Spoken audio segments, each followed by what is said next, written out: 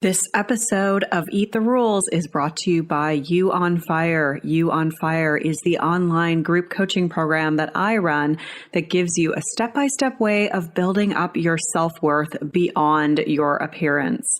With personalized coaching from me, incredible community support, and lifetime access to the program so that you can get free from body shame and live life on your own terms. Get details on what's included and sign up for the next cycle at summerinanen.com/you on fire. I'd love to have you in that group. This is Eat the Rules, a podcast about body image, self-worth, anti-dieting, and intersectional feminism. I am your host, Summer Inanen, a professionally trained coach specializing in body image, self-worth, and confidence, and the best-selling author of Body Image Remix. If you're ready to break free of societal standards and stop living behind the number on your scale, then you have come to the right place. Welcome to the show.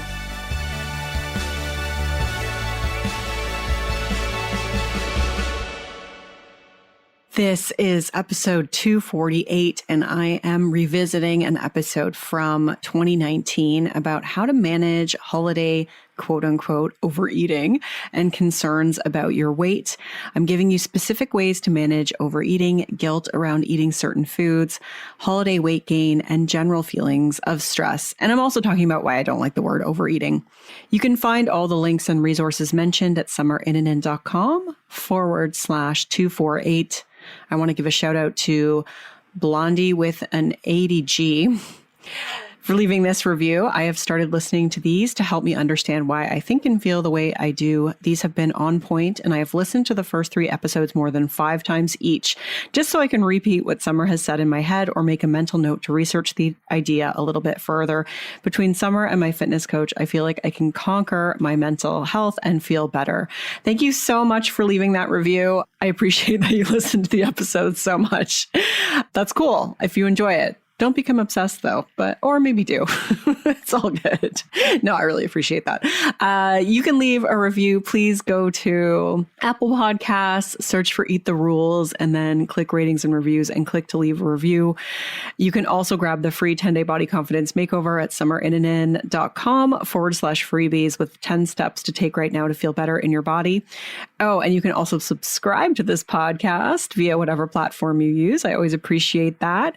And if you are a professional who works with people who may also have body image struggles, then don't forget to grab the free body image coaching roadmap at summerinanen.com/roadmap. I wanted to re-air this episode because it's the holidays, and I know that if you struggle with your body or you struggle with your relationship with food, then the holidays can be a little bit of a triggering time because we're exposed to a lot more food, a lot more social events, and you might be struggling with, just feeling like you are eating too much or feeling guilt around foods or feeling your body change. And all that other stuff. And it's all interconnected with the way that we feel about our body. And so I wanted to re-air this episode because it's been 3 years since I created it. And I feel like it's super relevant, especially now that we're probably having a lot more social events this December than we have in the last 2 years. So there's some stuff referenced in here, like some really old episodes and things like that. I feel like some of those are updated now. So what I'll do is I'm going to try and update the show notes with like the newer version of what I've referenced. So for example, I believe that I reference one of the episodes that I did called Why Diets Don't Work. And I think that there's like a revised version of that episode that I did a year or 2 ago. So if you go to the show notes, that's where you're going to find like the most up-to-date links that I'm referencing in this particular episode. And that's it. I hope you enjoy it. Let's get started with the show.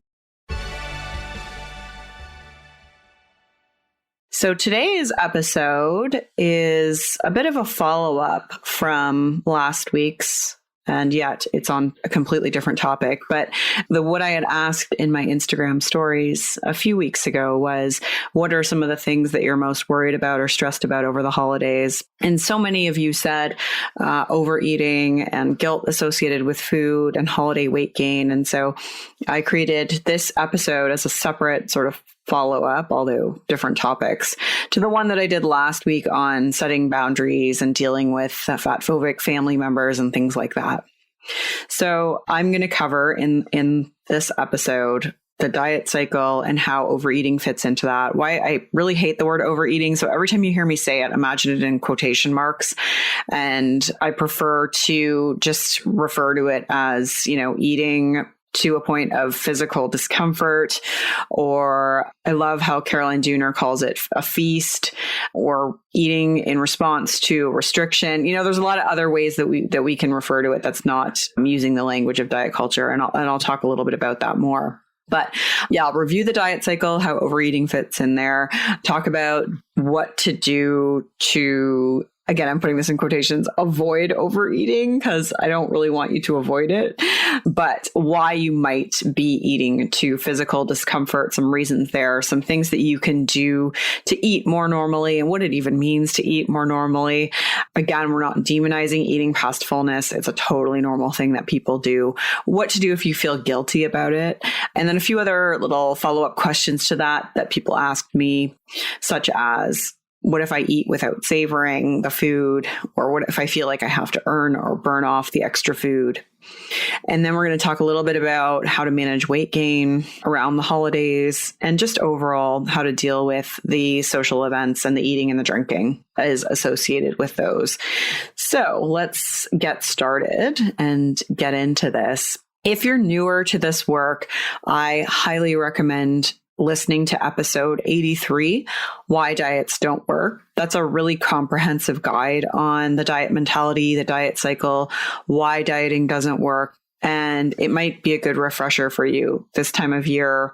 But if you're newer to this work or this podcast, definitely listen to that one, because I really go into the biological stuff, the physiological stuff, the reason why diets don't work, what the evidence says, what the research says, and how to start to recover from that. But let's just briefly cover the diet cycle, because if you are newer to this work, it's important to understand. And even if you're not new, it's still a good refresher. And so the diet cycle really goes like this. So it starts with a desire to lose weight, which is stemming from our existence in a fat-phobic culture. It's often just coming from this place of wanting to feel better about ourselves because we don't feel good enough, because our culture makes us feel like we're not good enough. It's really trying to escape the internalized fat phobia that we have, although all it does is really contribute more to that. And so it can also be from this desire to be healthy, which I'm putting in quotation marks, which is often then based on misinformation we have about the relationship between weight and health. So all you need to really take away from that is the diet cycle starts with a desire to lose weight. And that desire to lose weight is a little more complex.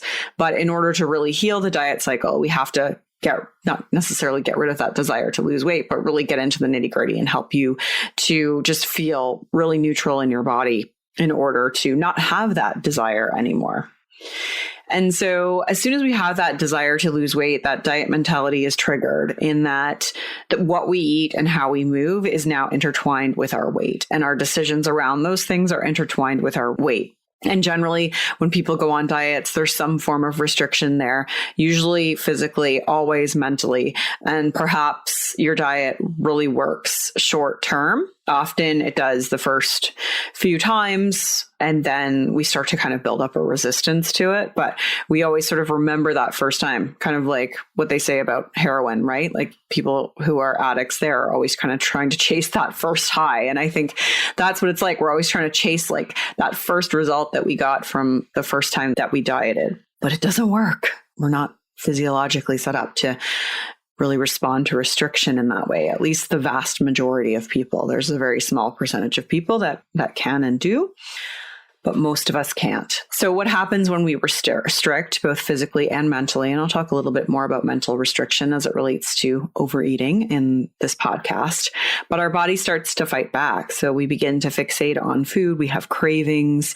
They're often intense. So anytime I'm working with clients and they're like, oh, I'm just craving sugar so bad, usually it's because they've been depriving themselves or they're restricting.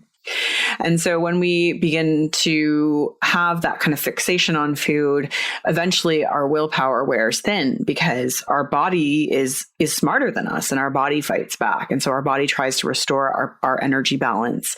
And that leads us to quote unquote overeat, binge, break our diet, sabotage. And notice that all of those words have connotations to not doing something right. They're all like kind of falling under that bad bucket. Like I did something bad. I overate, I binged, I broke my diet, I sabotaged. And that's the stuff. That's why I don't use the word overeat, except in the context of when I'm talking about it as it relates to like the way that diet culture talks about it, because it implies that we're doing something wrong. And then we feel guilty and we feel like a failure and we think, why can other people do this? Why can't I? What's wrong with me? And then we end up gaining weight, and often more than when we started, and we blame ourselves, even though this is the result of our body's compensatory mechanisms that are set up to protect us from famine and to keep us surviving and thriving. So the only reason that we, binge or overeat, not the only reason, I shouldn't say that, because binge eating disorder and things like that are often more complex, and there's definitely some emotional stuff involved there too. However, for the vast majority of dieters, that sabotage, we'll call it, is really just our body fighting back and trying to get us back into balance, because it's like, you're starving me. Hey, what's up? And so it's important to review this because often we think that the only way to fix this is to try again. So we repeat the cycle. And this was my life for years. This is generally my clients' lives for years and years. And it took me a really long time to realize that it wasn't that I lacked willpower or that I was broken.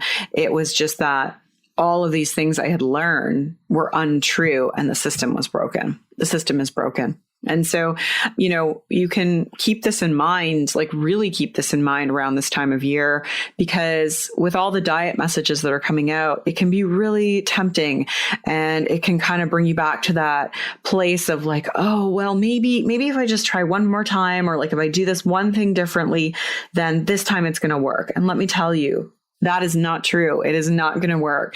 You are so much better off putting your effort into healing your relationship with food, focusing on living your life, focusing on self-care from a place of nourishment and doing what's best for you mentally and physically. That's how you are going to feel better about yourself. And doing body image work obviously is integral to feeling better about yourself.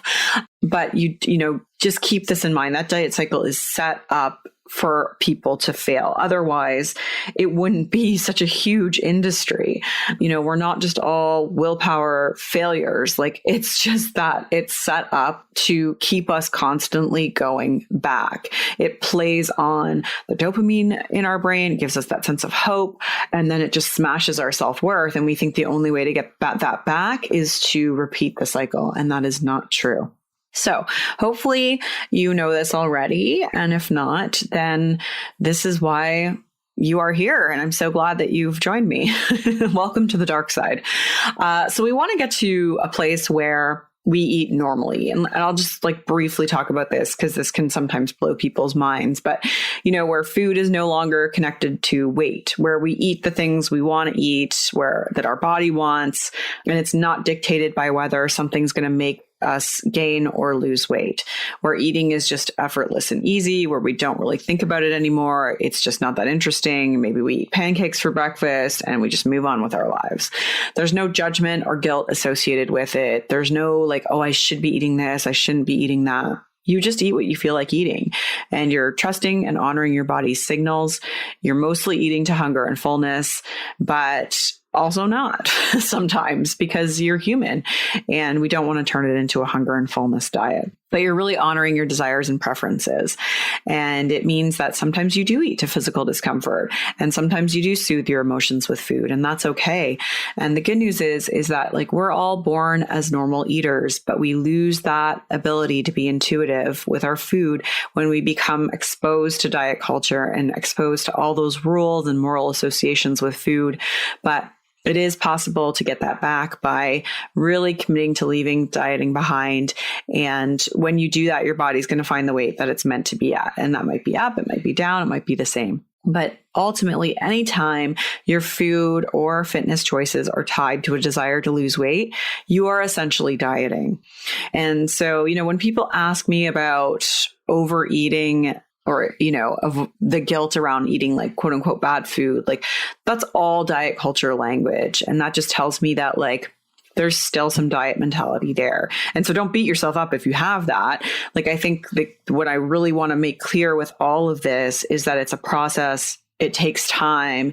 It takes conscious effort. It takes really working on the stuff that's underneath, like where this desire comes from. So if it's tied to the way that you feel about yourself and your body image, like doing that deeper work there, because that's going to then really help to fully heal the diet mentality.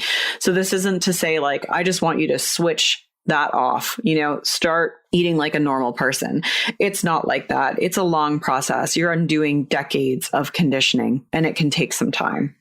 So the specific questions that people asked me were about like, I feel guilty if I overeat or eat bad food, or like, how do I deal with all the overeating, or how do I avoid overeating? So, I'll just combine them into one bucket about overeating. And let's just talk about why I really dislike the term overeating, because it implies there's a magical amount of food that we need to be eating too. And even if we do eat past physical comfort, sometimes that can give us information to help us heal our relationship with food. So we never want to look at that as like a bad thing. We can just be curious with it and ask ourselves like, I wonder what was going on there. Was I restricting going into this?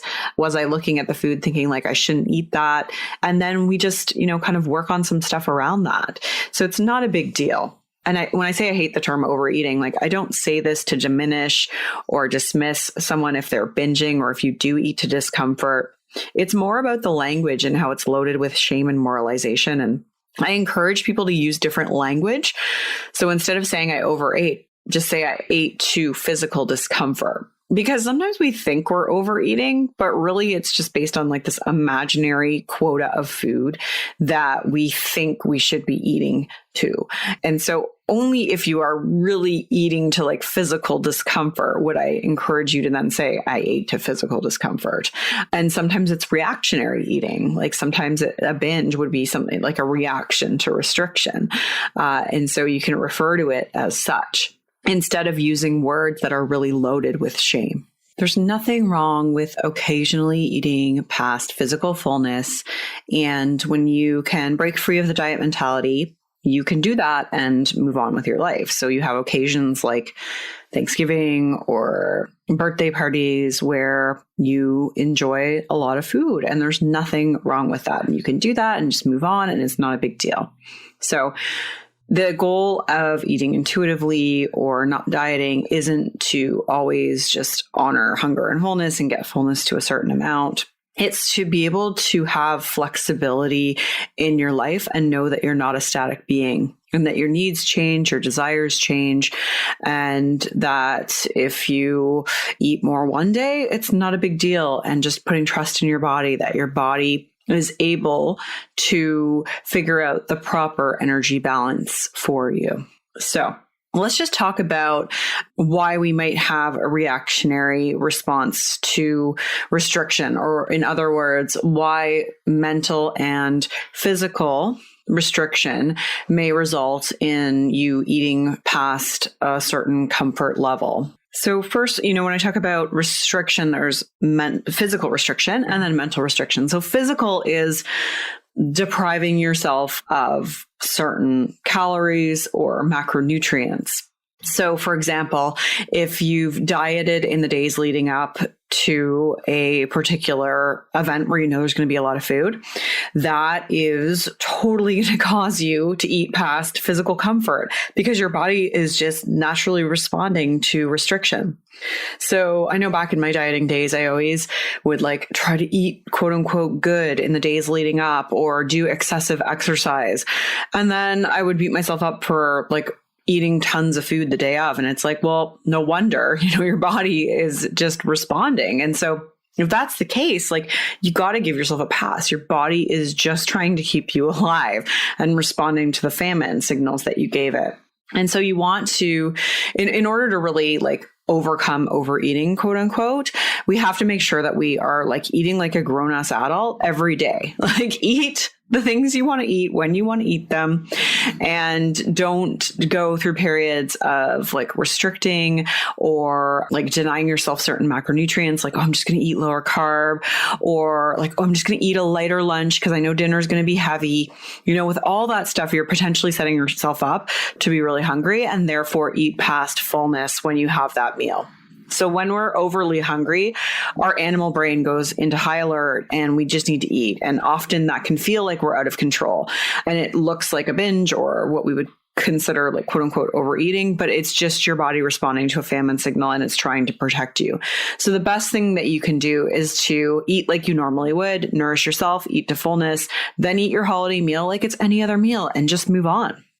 And with mental restriction, it's a little more complicated. This is the stuff that takes a bit more time to rewire.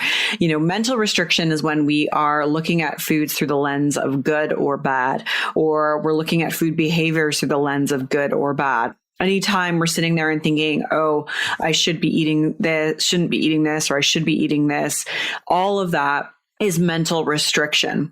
If we have plans to diet afterwards, we're sending our brain signals that we are restricting, and that can trigger us to have a binge or eat past fullness. So any of those things are going to be considered mental restriction. And I talk to a lot of clients who tell me that they're not restricting, they haven't been dieting. But when we really start to dig into it, they are restricting. They still have off-limit foods or rules or, oh, I can't eat this with this food or this before this time or this if I'm doing this later.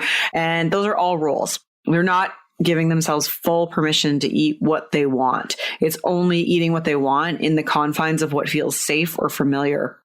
And so if we are living within those confines, then we still have mental restriction, and that's going to cause us to overcompensate, to have those moments where our body kicks in the compensatory measures to help us get the adequate calories that we need.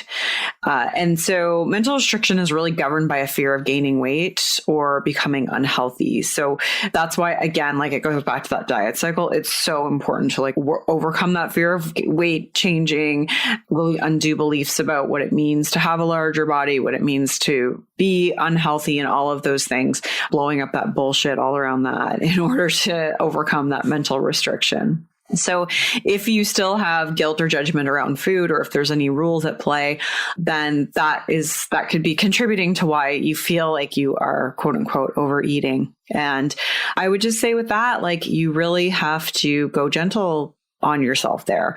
This stuff doesn't just change overnight. For a lot of people, it can take months, years to really undo that way of thinking.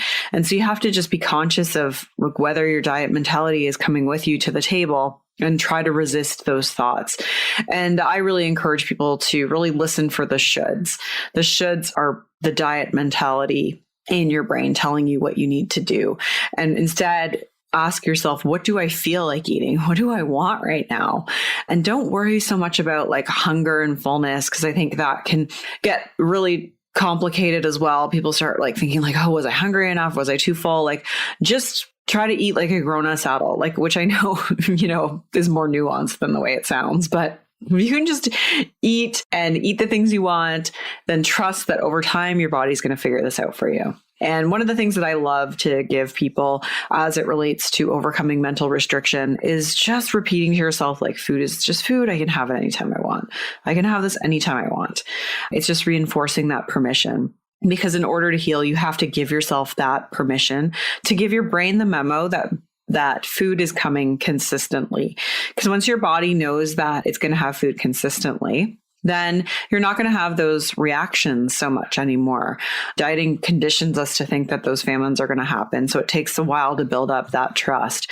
But when your body knows that the famine is really over and you give yourself permission to eat what you want, your natural signals will kick in and you'll organically find it's easier to stop. And stop is a word I hesitate to use because it seems very intentional, like I'm going to stop eating, but I guess it becomes easier for you to get to a spot where you feel like you've just had enough. Like you're like, that's it. Like I'm done eating. And you can't force that process.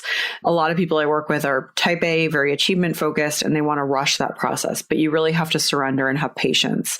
But I've never had a client not get to a point where their binge food of choice didn't become neutral and not that interesting. I may have used too many negatives in that. So let me rephrase that. So every client that I've worked with has gotten to a point where that past binge food is now just neutral and not that interesting. So it's definitely 100% possible, but you have to be gentle with yourself and expect that you're going to eat to discomfort sometimes, and that's okay. And if you do eat to physical discomfort, just treat the next day like it's a normal day. Again, if you're sending your brain signals that like, oh, I'm going to do better tomorrow, or I'm going to exercise, that's all implying mental restriction.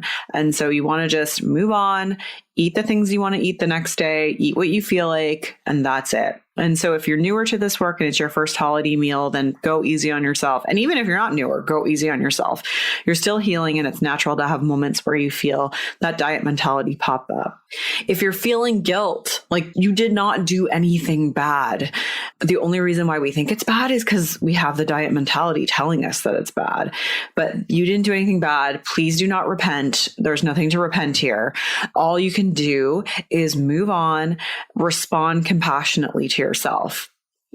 And by that, I mean, like, what do you want to say to yourself specifically that's really kind and compassionate right now? To just accept that this is what happened and to move on and give yourself the encouragement you need to just keep eating like a grown-ass adult the next day. So someone asked me about they had concerns over eating things without savoring. And my response to that would be like, what's wrong with that?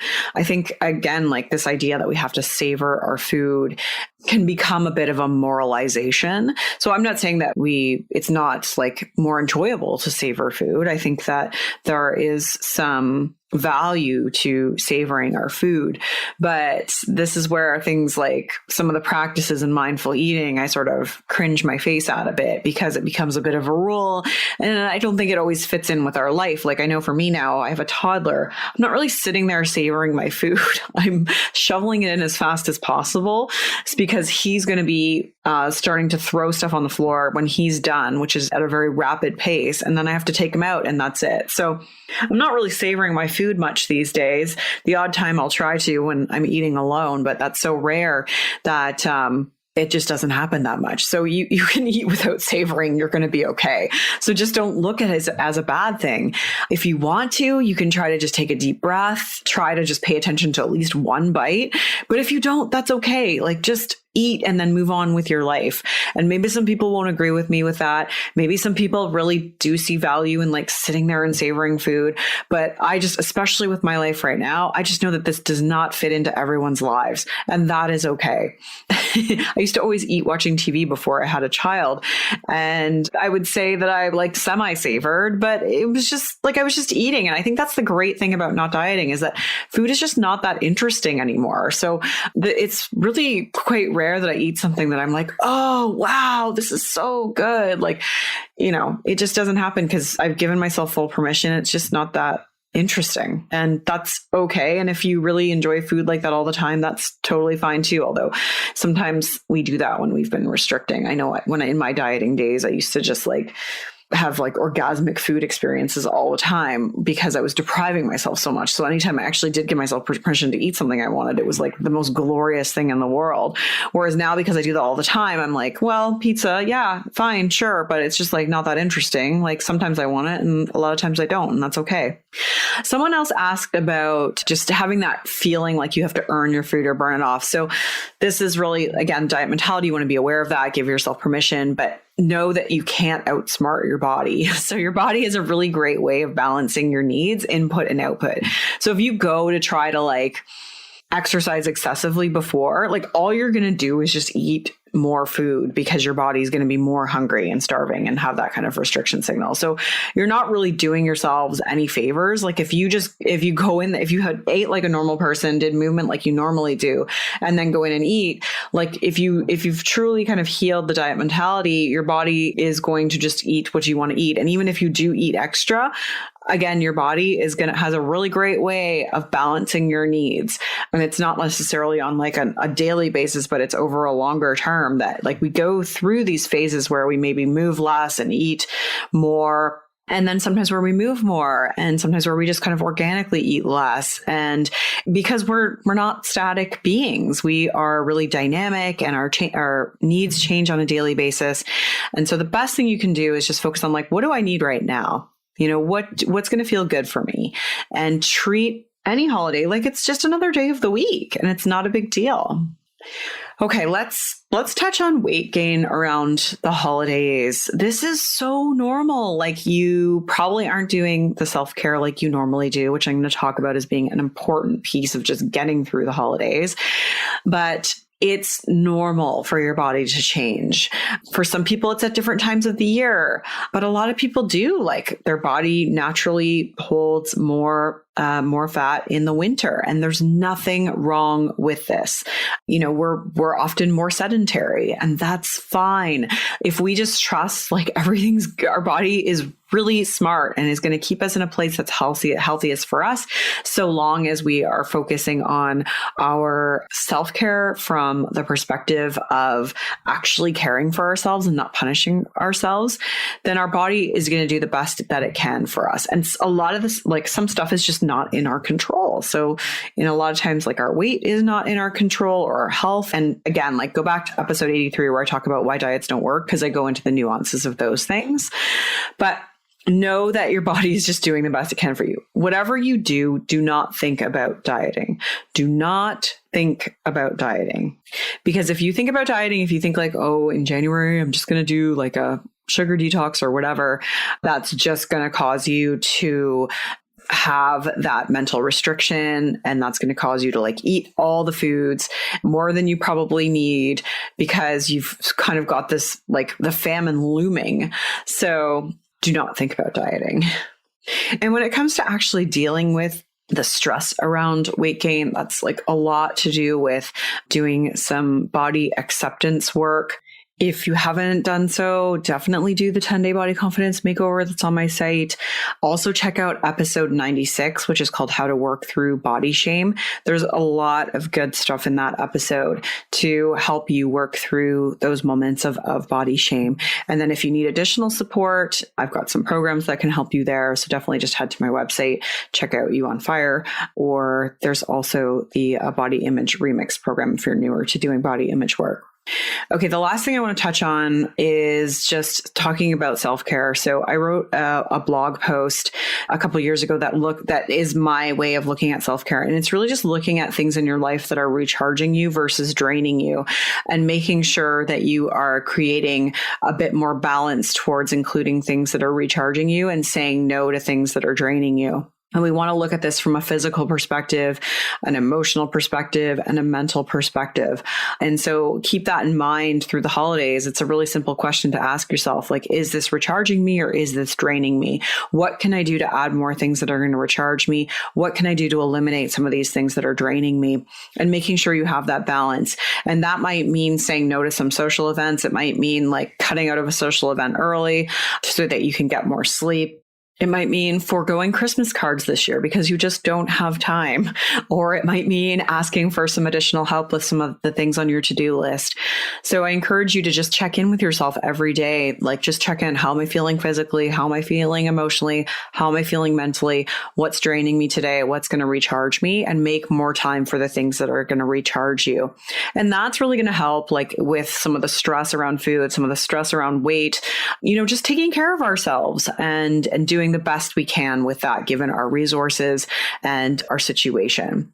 So that I have written about in a couple of different spots. I will link to those blog posts in the show notes, but simple question about just recharging and draining. And I like to look at it, use the kind of visual of like a battery. You don't want to be on low power mode all the time, because that's a horrible place to be.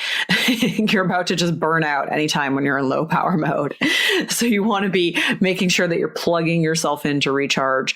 And I know I'm using the analogy of a phone, but being on your phone and like mindlessly scrolling on social media, I don't find to be the most recharging, although I often do it to just kind of like numb out on life when I need to do it. And that's okay too. So the last thing I just quickly want to squeeze in here, somebody asked about having pictures taken and just being stressed about that. So I do a lot of work around pictures in the You on Fire program that I run, but definitely check out episode 142 of the podcast with Vivian McMaster. That's her entire practice, is around helping people see themselves more compassionately through the lens and doing body image work with photos, which I'm a huge fan of and find so effective.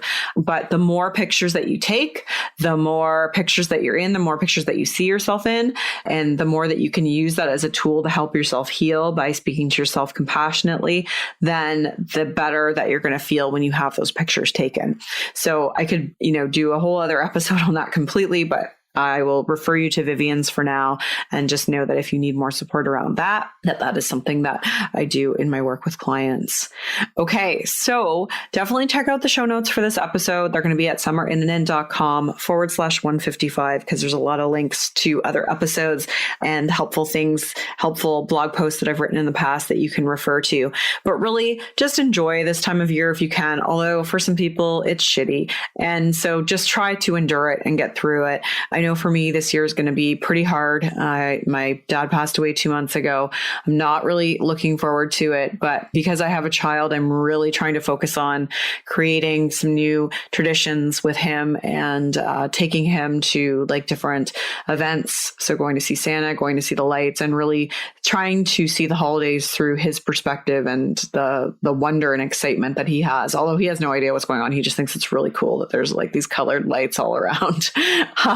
But just go easy on yourself. Make sure that you have some people who do love you and support you around if you aren't feeling so great, and know that it's just a few weeks and we'll get through this together.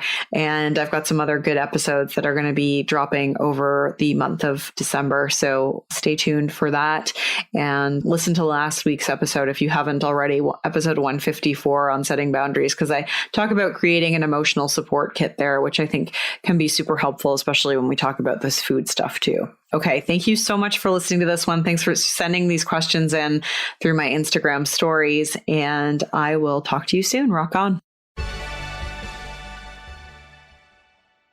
I hope you took away some good stuff from that episode. You can find all the links and resources mentioned at summerinanen.com/248. Thank you so much for listening today. I'll talk to you soon. Rock on. I'm Summer Inanen, and I want to thank you for listening today. You can follow me on Instagram and Facebook at Summer Inanen. And if you haven't yet, go to Apple Podcasts, search Eat the Rules, and subscribe, rate, and review this show. I would be so grateful. Until next time, rock on.